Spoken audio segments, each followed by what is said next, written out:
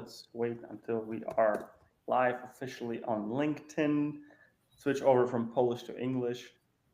Shall we make sure that we're live on YouTube? I can see already. Let's see if we're going live on LinkedIn. Still probably a few second delay.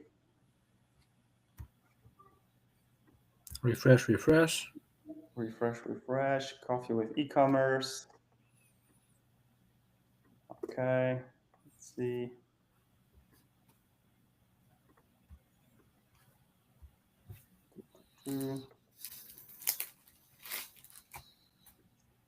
Are we live on LinkedIn? That's the question.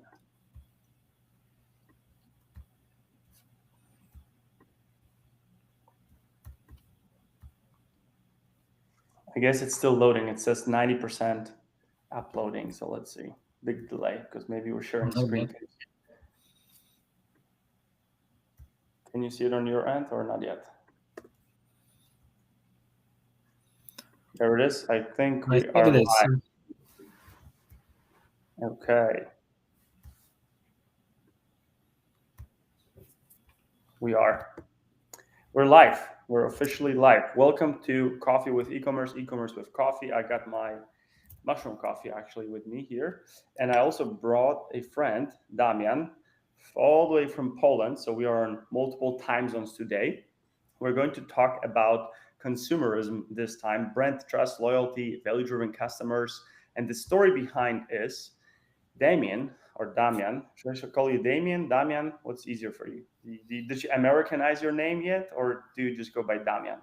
Yeah, on all international meetings, I'm Damien, or something in between. So yeah, that's a tricky thing for people from all different countries. I still can't figure out if I should just go by Mateusz, Maddie. Some people call me Maddie, Matthew, Mateo for my Spanish friends.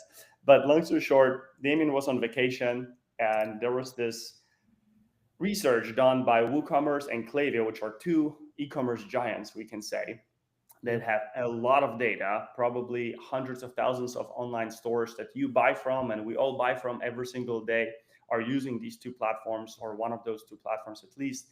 Klaviyo is for email marketing, SMS marketing. Recently, they added a lot of new features, so it's pretty much your customer data all stored on Klaviyo. And they've surveyed 6,000 consumers across different countries, e-commerce giants as well. So we have UK, US, Canada, and Australia. Those are booming markets when it comes to e-commerce, and obviously most advancements on theirs. And he looked at this study during his vacation, and he called me that we need to cover it on a live stream shared with the LinkedIn world and YouTube. So here we are. We're going to talk about it. Damien, feel free to do a quick introduction, and we're going to dive into the presentation we prepared here. Yeah, sure. Hello, everyone. I'm Damien. I'm a CEO and founder of Activity UX agency. And what Matthew didn't add is that this live is a part of Coffee with eCommerce, which is a format that we are building up for a month, I believe. First 5 editions were in the form of newsletter, and now it's a first edition that is live and will be on video. So aside from every content, every insight that we will share with you, any feedback will also be appreciated. So share them with us anywhere that you find us. Perfecto. All right, let's dive in. First, we're going to talk about consistency. Trust is built horizontally. That's an interesting term right there. If your story isn't consistent everywhere, you lose trust. And the statistic that they added here is that 43% of consumers research on one platform and purchase on another. Amazon obviously is the number one platform. They recently added that feature that has AI analyzing your reviews and comments, which is quite interesting, even though I find it extremely inaccurate every time. I don't know what AI is actually reading there, but Every single comment says something different, unless it's just 5 star and a word, one word. But nonetheless, Amazon's number one platform when it comes to validating a product, doing your research. But TikTok, as we can see here, Gen Z is picking up really, really fast. And this is something for all of the brand owners, everyone who sells directly to consumer. We have to start adapting and thinking ahead of us, ahead of time, to essentially for our new consumers, Gen Z and others. They have different behaviors, they shop differently. So that's something that caught my attention right away. But because we research on multiple platforms, we want to make sure that you leverage that to your advantage and you are on those platforms and you're providing valuable information across those platforms. Damien, what would you like to add here? Yeah, well, stores have to understand that uh, the the purchase process is not simple linear way of buying things. It's a process that may take days, weeks, sometimes months, and this whole time is divided into several stages. First is research or finding out if you actually should buy it or should not buy it. What should you focus on? And this part is actually very dynamic now, because 2 3 years ago we used to use mostly Google for that, or blogs. Content marketing was very strong, was a very strong Channel. element in this process. And now AI is taking his place in this process. Many of us are now using AI for our research. Not long ago, 2 days ago, me and my wife were researching backpacks for our daughter for school, and the first place that we thought was ChatGPT, because it has the most organic way of organizing all the information that we need, that we want to look at, and in the same moment we can compare prices, we can compare features, even for the products that are in the different stores. So this is something that was another thing 2 years ago, maybe even 1 year ago. So yeah, it's very horizontal. So all stores need to be sure that their products and their messaging are available throughout the Channel. multiple touch points and throughout the internet. Absolutely, I agree with that.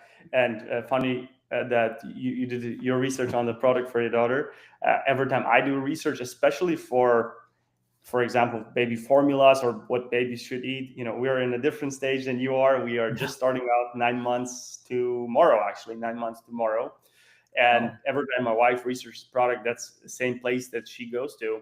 And the fact that you can essentially pull up data and have your AI platform, put a table together within 3 seconds and compare X to apples. But one thing that I've noticed is almost I can say decision fatigue. There's so much data that, for example, when you don't give it a prompt to like keep it short or concise or the way you like to research data, I get decision fatigue. There's so much stuff that I could essentially avoid consuming and I don't need. But on the other hand, if you have products that have a lot of ingredients, maybe skincare, consumable goods, something that we drink, something that we eat, snacks, supplements, maybe this is another space, and all beauty products as well. They have a list, beautiful list at the back of the packaging with millions and trillions of different ingredients. A lot of the ingredients have numbers in them, which yep. immediately raises red flags. You don't know what it is you're putting on your body, on your skin, or you internally consume, or your Yeah. babies or your kids consume. And that is something that will change now, because you can literally ask AI to analyze every ingredient for potential hazards, for potential risk, combine it Yeah, with studies that are out there. And that's the type of research we can do nowadays with few clicks within 2 minutes on your phone. Where, like you said, 2 years ago, I mean, no one even thought about doing that research unless you are a nerd and you actually want to do specific research. But that's something interesting, because that obviously will bring so much transparency to the yeah, and space. But yeah, uh, that's something that I noticed as well.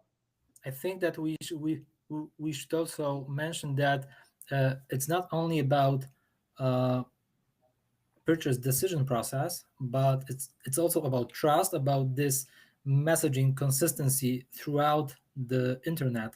So if you, as a brand, have a store, have a Facebook account, Instagram account, TikTok account, newsletter, ads, and so on and so on, all these all these places, all these touch points with your user, they have to be consistent. Otherwise, your consumers will not trust you, because they need to see consistent messaging from you, consistent values, consistent offer, consistent story about you. All these elements have to be in a one basket that the user will remember as something uniquely yours. Otherwise, there will be no trust, and Yeah. trust is probably the most important element throughout the whole purchase process. Absolutely. So, as the action steps here says, audit your brand presence. One thing that I can add to what you just said is, with consistent messaging across the board and trust, I would leverage what I said previously with doing research, the ability to do the research, and I would challenge your consumers, your clients, especially the first time buyers. I would challenge them, maybe even in the welcome series. Just an idea came to me, to chat GPT your products, to really analyze every single ingredient in your product, every single, maybe analyze or transparently showcase the process behind production of the product, whatever that is that you think is actually helping you stand out, and you truly believe that this is unique to your brand. This is something that only your brand does. And I would definitely leverage the fact that now it's so easy to do research. So Yeah. audit your brand presence, make sure it's consistent, congruent. That's what we always paid attention to. We've worked with over 40 brands until now, and congruency and consistency, which is pretty much the same in this case, is very, very important. So when someone opens your website and someone reads your email, they need to know immediately this is your brand. The same values, the same core values, the same style. That's very important. And I have here also something that we need to cover, because this is Damien's favorite statistics from the entire document. 78% abandoned carts are due to slow or difficult websites. We still haven't encrypted what the difficult websites mean. We just assume that it is a lot of stuff happening on the website. It's not simple and easy to follow. Maybe there's some too many pop-ups or too many flashy things. It's very popular doing event during holidays or long weekends, or any promos that we do, like we had Labor Day now, that every website has some emojis flashing here, some pop-ups here, some last 24 hours discount here, a banner, top banner on the website, Yeah. something. The add to cart button is flushing and expanding, whatever it is. That's in my opinion, could be the difficult website to understand, to follow. But it's one thing that I have to say, and I think Damien will actually agree with me as an expert when it comes to UX, user experience, that probably, it's my guess, but every time I looked into the data, it was about 80% of shoppers are on mobile. I don't know if you have any statistics to add to it, but if your website in 2025 is not optimized for mobile shopping, you're definitely missing out on. What's your take on that, Damien? Well, that's definitely a thing. From some of the stores that we help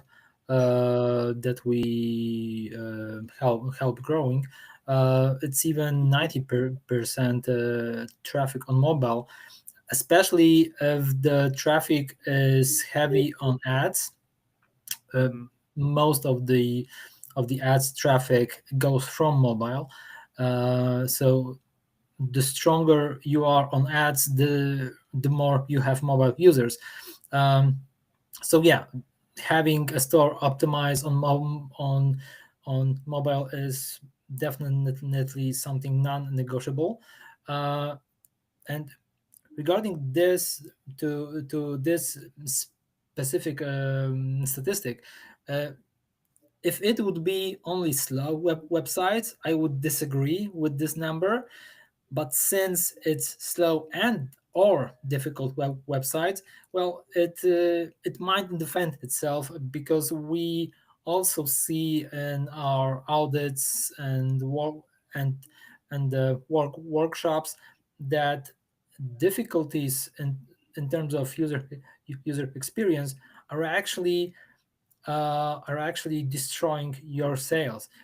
I mean, if you can make a brand new store with a better UX, you can see instantly 70, 80, sometimes 150% increase in sales. So this basically uh, shows exact same statistic as here, just from the other direction, right? Yes. And I shared with you the story earlier. Like we had one client that, in order to purchase, uh, it was easy to find one product. You added the product to cart, and you were good. But if you wanted to add another product to his cart, you had to exit the cart because the cart was a separate landing page. You had to go back and find the category page, go through the categories, find the product you wanted to add next to the cart, click on the product, go to the product page, and then click add to cart. And it would take you again to the cart page. And if you wanted another product, you had to do the process all over again. Now I know we're lazy. I mean, let's face it. Nowadays we have what 3 seconds attention span, probably because of all the short form content, and that's what happens. And I kid you not, the average order value, the moment we changed this, and I will share in a second how, the average order value went up significantly. I don't remember the exact number, but anywhere between 30 and 40% in Yeah, average order value, which is significant. I mean, we're talking about it's a a big thing. big, Yeah, big thing, especially to your profit margins. So what we did in a simple way, the fastest way we could, literally within a couple of hours, what we did is we added a better cart experience. So instead of having the landing page as a cart, we had the cart on the side, and worked really well on mobile and on desktop. yeah, And cart suggested the next products. So we had the best suggestions, the product that were complementary. So it was beauty products. So if you added, for example, a cleanser, it suggested that you will get a night cream, or some sort of lotion, or maybe something that you can use serum, you can use with it, right? So yeah, some products that made sense to and were frequently purchased together. This app that we use analyzed their last 12 months of data, so it was backed by data, what people actually are browsing actively and purchasing together. You could choose, and you all you have to do is to add the product, the next product cart. Just click one button right in the cart, so you skip that 1 or 2 minute action going through the yeah. store, and that alone helped them significantly increase average order value and also conversion rate, because it was so much easier to just buy No, with makes that sense. simple tweak. Makes Yeah. sense. Now let's talk about transparency. We touched on it earlier. On top of it, 59% here, I see high shipping cost, which is something that Amazon obviously shines with their subscription. And I just realized that, because the Amazon, this was something that Amazon discovered probably years ago. That's how Prime, I believe, came about. That in order for you to have consistently low shipping prices, you have to have Prime. If you have Amazon Prime, you Yep. get it delivered the same day or the next day here in the United States, and also you get extremely cheap. I don't even know if we pay for shipping, to be honest. I have to check, but we pay the subscription for every single month that I know, and the subscription is constantly going up, but it's usually like $1 to $2 per year, so you don't really even notice it, but over the years it adds up. But shipping costs, is definitely something that can scare people away, and especially if it's a product that you spend $20 to $40 on, and all of a sudden the shipping is $9 or $8, which is 30% of the price. What's your story? What are your stories or experience with shipping cost as far Uh, as and other aspects of transparency? yeah, well, shipping is shipping is a different topic for most stores, um, because uh, on one hand, if you give free shipping, most of the time your conversion rises, your sales increases. That's a good thing, right? But on the other hand, your returns might also increase. There was a Mhm. study, not this one, not from this research, some another, that showed that when you uh, offered a coupon that would uh, eliminate shipping costs. So let's say your shipping is $5, and instead of giving free shipping, you give a coupon for $5. Then it also increases conversion rate, but without increasing returns. So at the end of the day, this was a better deal for both for you and your client. And there's also it reminds me another study which showed that when you use scarcity or urgency in your product page in your store, your sales automatically increase. That's something obvious. But again, your returns also increases because more people that will not buy this product without the scarcity, they do that just to not to have FOMO or something.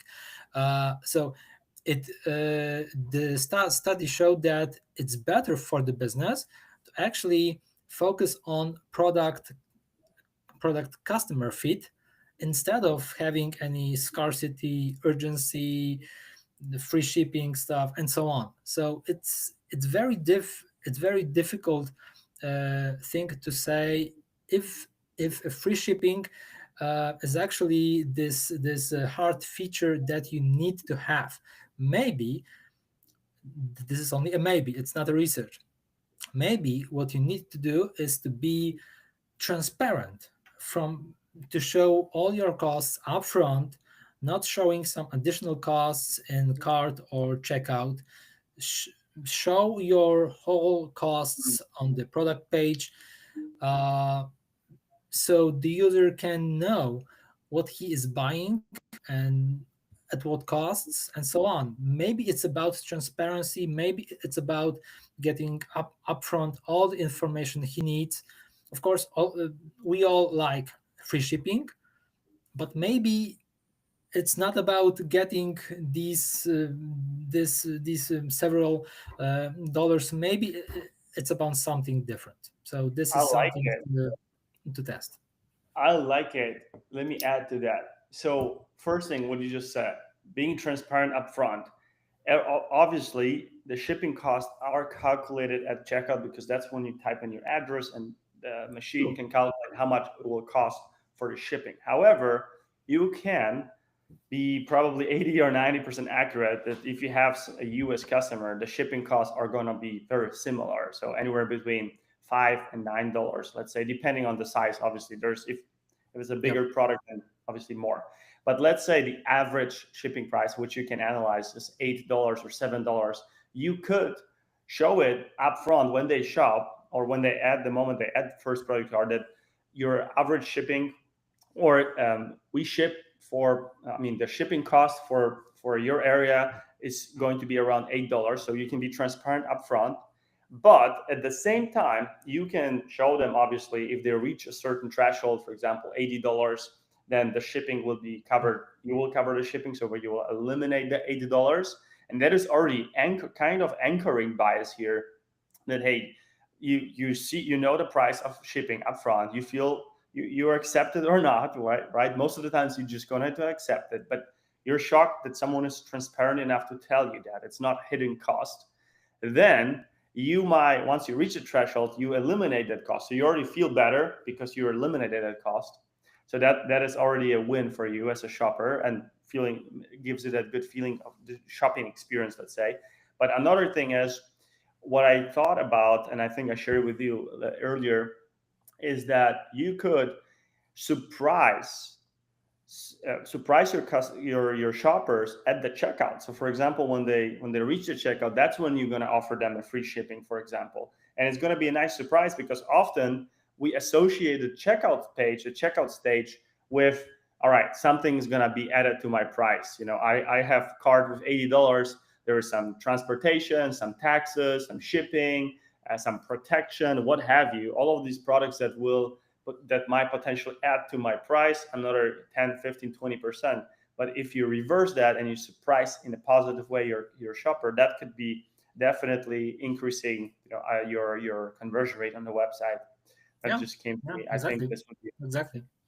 Yeah. good, So good again, idea. it's not a simple yes or no question with shipping. It's there is more to it that should be explored by stores, because you can win big time if you do it in an unconventional way. Absolutely. One thing that I also wanted to cover here is the second one. I wanted to ask you about that. So, concern about product quality or authenticity. And it caught my attention because now we have those AI influencers and what have you. How do you present the quality of your product in an authentic way? What's your take on that? You know, in times of Temu and other stores like that, these statistics might seem odd, because, well, all of people know that products on Temu may not be best The best quality. one. You may be wrong, and they might be okay, but in general, this is not something you expect from those stores, and yet people are buying. Of course, this is a little different segment of e-commerce or retail. But yeah, I remember those ads in probably in Duolingo some time ago, where all all Temu ads were focused on building this kind of trust by showing you this is a real deal. We are not thieves. We are not cheaters. Those are real products in good quality. But again, there are also many t- reviews that tells otherwise. So it's hard to tell. And keeping Temu aside and Giants. marketplaces like that, uh, I think that, well, quality and authenticity are. I'm not sure they are the same thing. Um, I think that consumers, uh, what they don't want uh, to end up with is to end up with as an idiot. Mm, And because they don't want to end up as an idiot, they need reassurance that they've made all the rational effort to make this purchase logical, and no that it made sense from their point of view. So in this manner, there's probably a good it's probably a good thing to reassure your client about the quality or authenticity. And by the way, both you and I are trying to help only the good stores. So hey, if your product is bad quality, is shit and something or Ethical. authentic, we are probably not talking to you either way. So yeah, Exactly. our clients have good good products that are authentic, and yeah, keep, keep doing that. Exactly. I can add two things to this from my perspective as well. First is I am a huge fan of video. There's a ways to add video to your website without uploading the whole MP4 file. You can do this with literally each video having kilobytes of it, and you can keep the flow from short form content platforms such as TikTok and Instagram or Reels. I'm sorry, Shorts on YouTube. So you can add the same type of video. In fact, you can add a post with, it doesn't have to be an influencer, it can be any video on your Instagram or TikTok to your website, and it will be loading extremely fast. And it gives you that shopping experience. What I am against, though, is those fake, really absolutely inauthentic videos where an influencer starts with, oh my God, I love this product, you have to use it. And I've been using this product for years when they just got it in mail yesterday because they're reviewing 50 other products. But if you are able in 30 to 45 seconds show a little bit behind the scenes of the process that goes into maybe not researching but making this product, whatever it is. If it's leather goods, we have clients that work in that industry, in clothing industry, so how they choose leather, how they take care of it, whatever it is. If it's beauty, obviously they're researching on ingredients, how that product is put together, anything that, and demonstrate. We love to learn by and making decisions when someone demonstrates stuff to us, right? You remember when someone came to your house and was demonstrating how to use this cooking machine, whatever. And I still remember that back in the day in Poland, even when they wanted to demonstrate all kinds of things at all costs and get your attention. So show the behind the scenes, how the product is made, show that is how it is being used, how it can benefit. So demonstrate, and obviously some proof here. If you can do this in 30 to 45 seconds, I'm already on your side. And the second thing is, I made a rule recently with my wife that I will only buy from brands that I can find a founder from. So if you have a personal brand, or it doesn't have to be like a huge personal brand. I'm not talking about influencers from YouTube that have millions of subscribers and now they launched a product. But I really want to know that someone is behind, some real Yep. person, not a drop shipper or someone who just who's launching 30 stores at the time. Someone is behind that product, and they're ideally passionate about what they're doing, or maybe not passionate, but they're at least interested and they know what they're doing. So that's the second rule. So if you have that type of content, if you have a personal brand, or if you like talking about your products, if you like talking about the quality of your products, why they're better than everyone else's, I would definitely have that somewhere as well on the website. This to me means transparency, to in my humble opinion. I love that, and actually, it also touches two additional points that are covered here and or were covered in this research. So first is that uh, for Gen Z and millennials, it's very important that the brand is purpose driven. So Hmm. you can build, or you should build, your authenticity and brand trust in general uh, based on some purpose, because your if you sell products to younger customers, they not only need to see your product but also to see what do you stand up for. Uh, what are your values as a brand, as a founder? As you said, founder brand is also more and more important in marketing in general. So if you are able to show yourself in any kind of form, it you will benefit from it, and your store will benefit from it.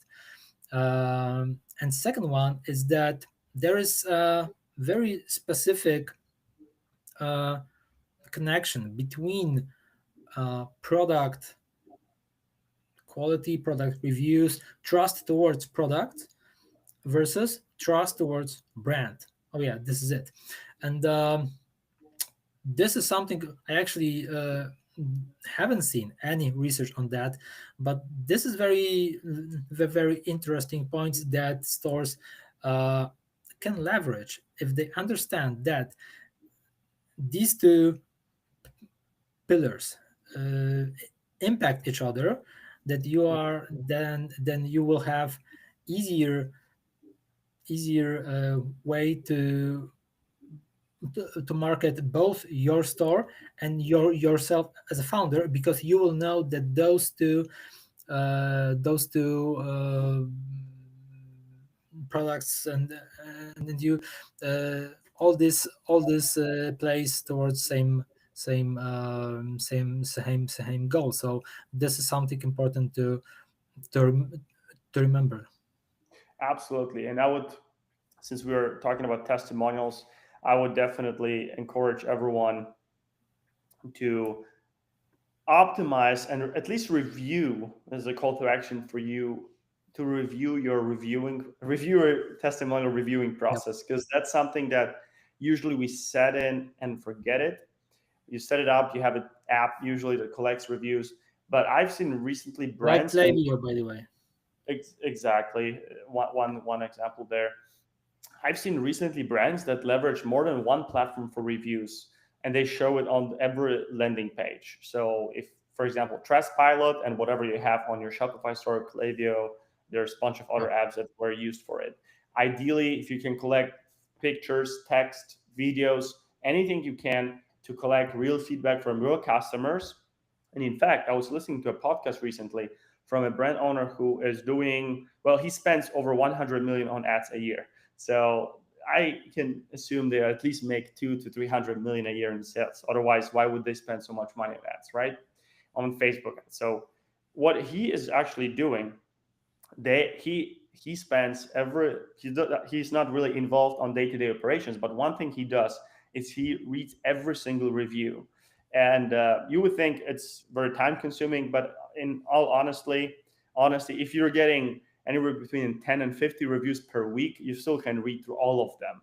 Yeah. And obviously, when there's a bad review, he makes an alert in a proper Slack channel with his executive teams, with his obviously UX team, and everyone who needs to be involved. What can we do better here? How can we improve that? And that is something that obviously Jeff Bezos is talking about all the time on Amazon. This was the big leverage on Amazon, the reviews, right? If you have if you have 3 stars or 2 stars on Amazon, I don't think you are going to make a lot of sales on this platform and any Yeah. other platform for that matter. Same for Google. If you have 3 stars, 2 stars, it's really difficult for someone to trust you or trust the product they're gonna buy. I mean, for me, it's immediate a no go unless I know for a fact the product, I've used it before. And the reviews sometimes are cruel. They're not relevant to the product. Maybe someone, you didn't pick up the phone when they called customer support and they give you a 1 star. Nothing relevant to, nothing important, nothing relevant to the product, I mean. And that's what happens. But long story short, I think this is very, very key, that we collect those testimonials, reviews. And I have fun story for marketers out there. If you know Dan Kennedy, he is Yeah. OG marketer. He brought up a lot of different brands out there. And I was reading one of his book, Magnetic Marketing. Great book, fun stories, very entertaining to read, and a lot of insights there. And he was talking about a local HVAC company. So nothing e-commerce, but they still say directly to consumer because they offer services and products directly to consumers in their local region. And he explained how important the reviewing testimonial process was for the company. And obviously, I thought the book was written 10, 15 years ago. I thought the company is fictional, it doesn't exist. And I did my research. Turns out this company had, at the time I checked, around 20,000 4 to 5 star reviews on Google. And as I had the tab open, I refreshed it. In literally 2 hours, there was 4 reviews that came in. And not only were they very specific, for example, John came, he fixed our AC, and he gave us new filters for free, something very, very, very, very relevant. but again, it was very frequent. So you can really fake 20,000 reviews on Google, 4 to 5 star reviews on Google. So collecting testimonials and reviews from your customers, staying close to your customers, is extremely key. That's my long story. I don't want to Um, bore I have you also more. a funny test on that. Um, we have A/B tested a website, a series of landing pages. Uh, there were no e-commerce. There were landing pages for with contact forms, and it was health industry. Hmm. Um, so medtech, let's say, and they had amazing reviews on Google, about 700, 4.9 on average. So amazing reviews, and we wanted to leverage more these reviews on landing pages. So we suggested to input a little module with the average Google review uh, points Rating. right in the rating right in the hero section for everyone that don't know. Hero section is your first section that that you see above the fold. uh, and what was funny is that the A/B test showed that hero sections and the whole landing page in general performed better without those reviews in the hero section.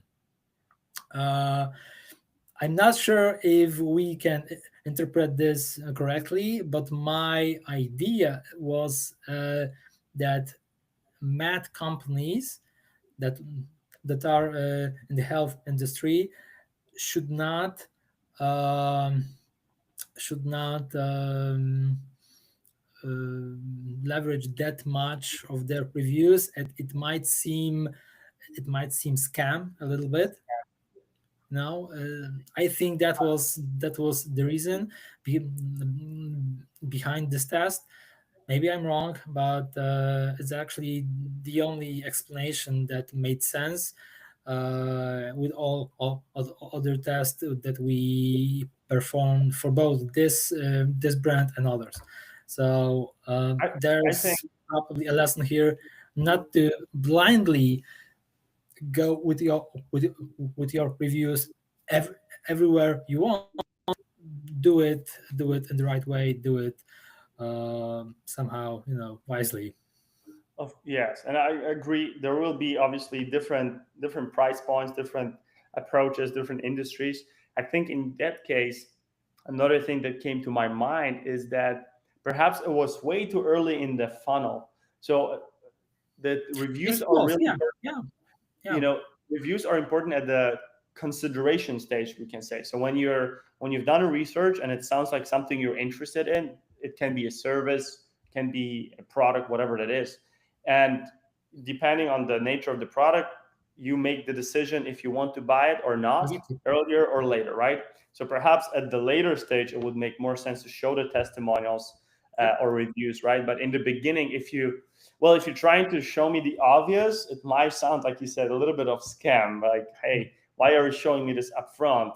And Yeah, also, one thing I've exactly. noticed, a lot of pages that sell products, let's say the less ethical way, they just want to obviously just put out as many products out there as possible and sell.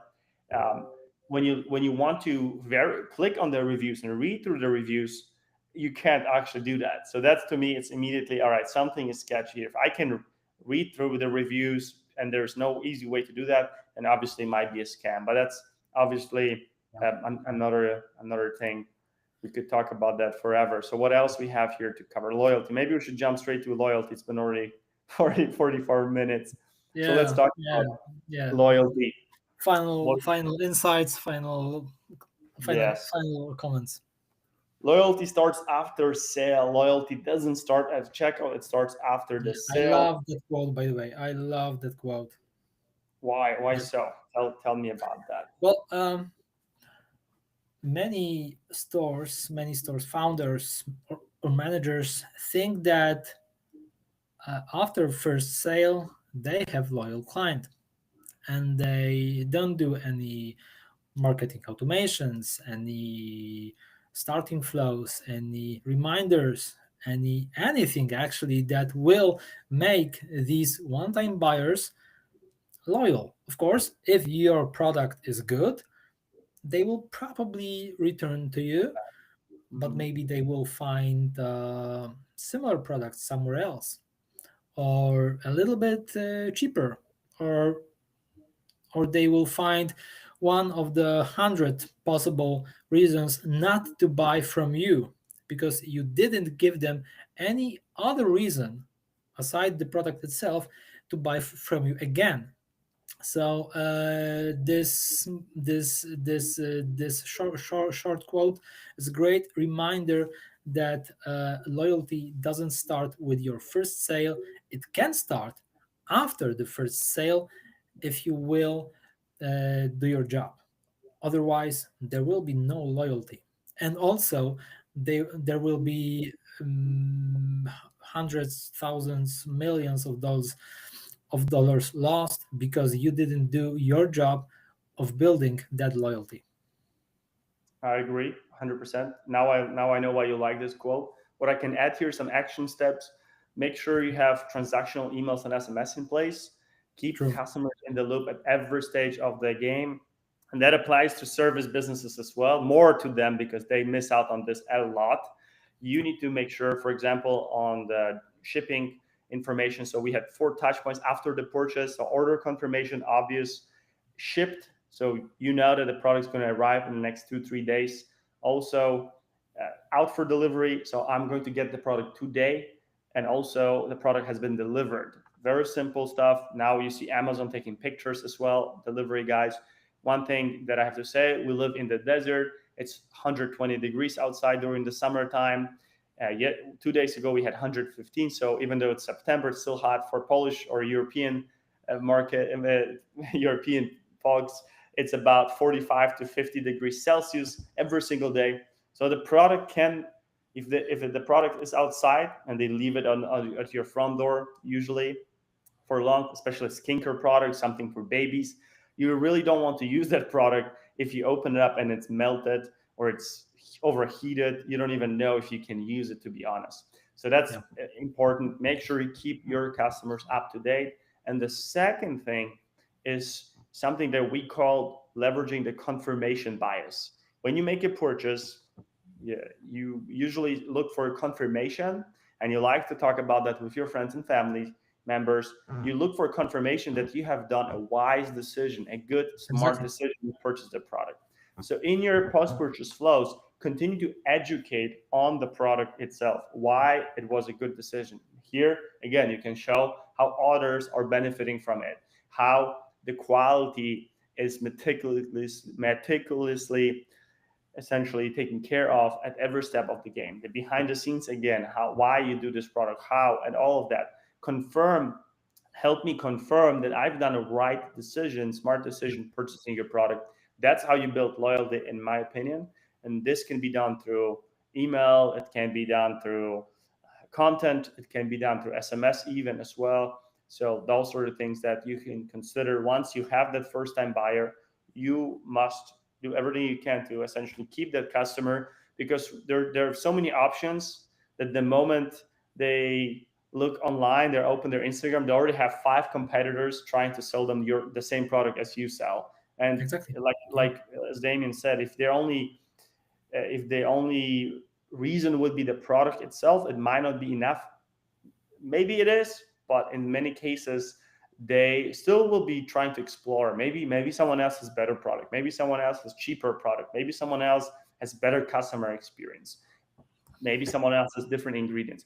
You need to make sure that you continuously educate them that they've done the right decision, so they will stay with you. They feel, now reciprocity, if you give them so much value and help, that they don't feel like they should go with someone else.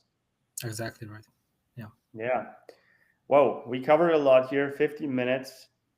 I think. Yeah. I think. I think it's enough content, or enough action steps for Yeah. some It was to meant to implement. be 30 minutes. So Absolutely. Well, with that, thank you so much for your attention. If you have any questions regarding anything we've covered, or if you'd like to share your opinion on your buying experience online, we'll always open to that. Looking forward to continue the conversation out there on LinkedIn and YouTube. Thank you so much, Damien. Thank you so much for your time. And yeah, it's your afternoon. So enjoy the rest of your day, and I'll Yeah, start it's my day. almost evening. It's 6:25 p.m. So it's more almost evening, and yeah. So this was fun. I hope it was valuable to our viewers and to all the Coffee with E-commerce subscribers.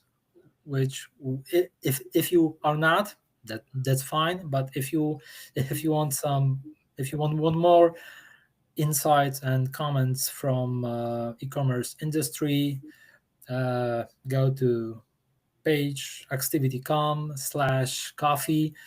I think coffee would be sufficient. If not, coffee with e-commerce, but coffee should be sufficient to find the form. Yeah, Maybe we also we will the see link. in 2 weeks, I think. Yes, sir.